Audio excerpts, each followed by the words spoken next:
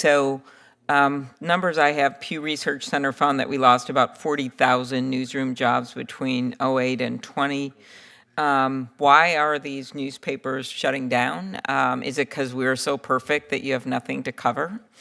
Or perhaps there's a lot to cover, but there's not enough reporters.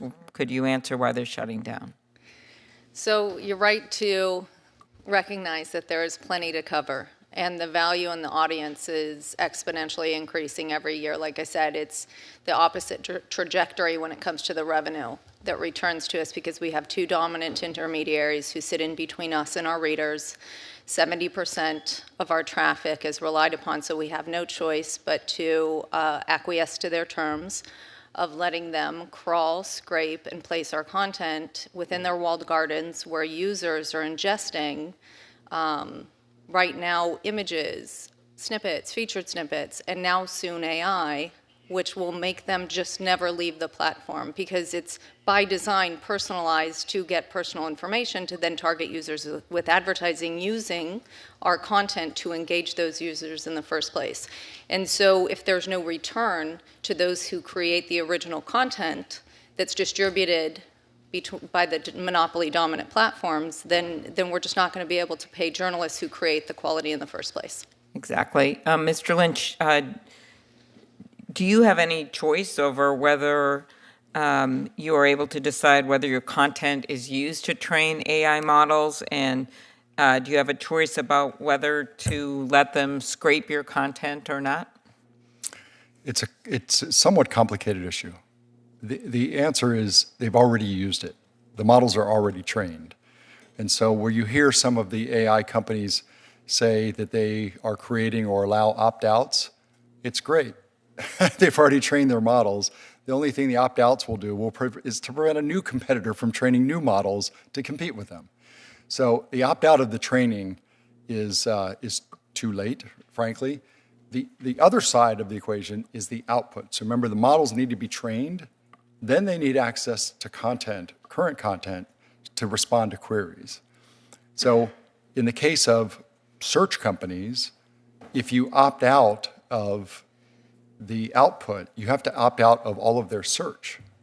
Search is the lifeblood of digital publishers. Most digital publishers, half or more of their traffic originates from a search engine. If you cut off your search engine, you cut off your business. Mm-hmm. So there's not a way to opt out of the output side of it, letting it have access to your content for the outputs, retrieval, augmentation, and generation, without opting out of search. So you have a dominant search engine, like 90% with Google.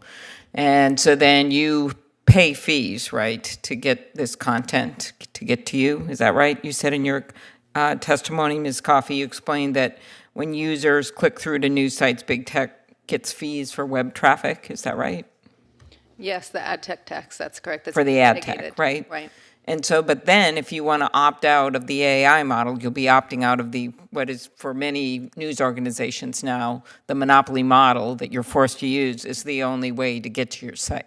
Correct. You'd opt out of search. Got it down. Okay, so last question. In addition to the licensing issues my colleagues have raised in ways we can clarify that, is the bill that Senator Kennedy and I have. And Mr. Lynch, in your testimony, you explained that Australia's news media bargaining code has been successful in leading to negotiations between tech platforms and news organizations. And people have to understand these are trillion-dollar companies, and sometimes you'll have a tiny newspaper for a town of 1,000 people, and they won't even return their calls. And can you talk about how the success of the new laws in Australia and actually in Canada have supported journalism and led to the hiring of additional journalists? Yes, there's been reporting out of Australia that the $140 million that has flowed back to news organizations and publishers there have resulted in hiring or in rehiring of journalists.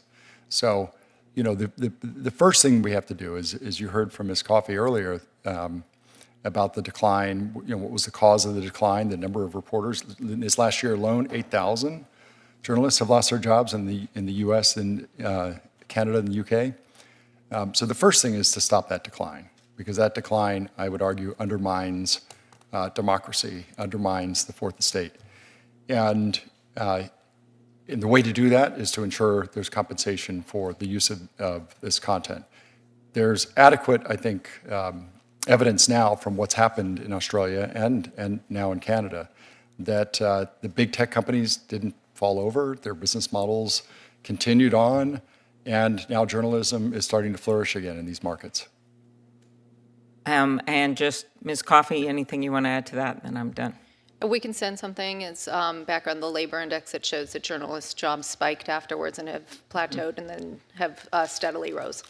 Okay, thank you. Thank you, Senator Klobuchar. Senator Blackburn.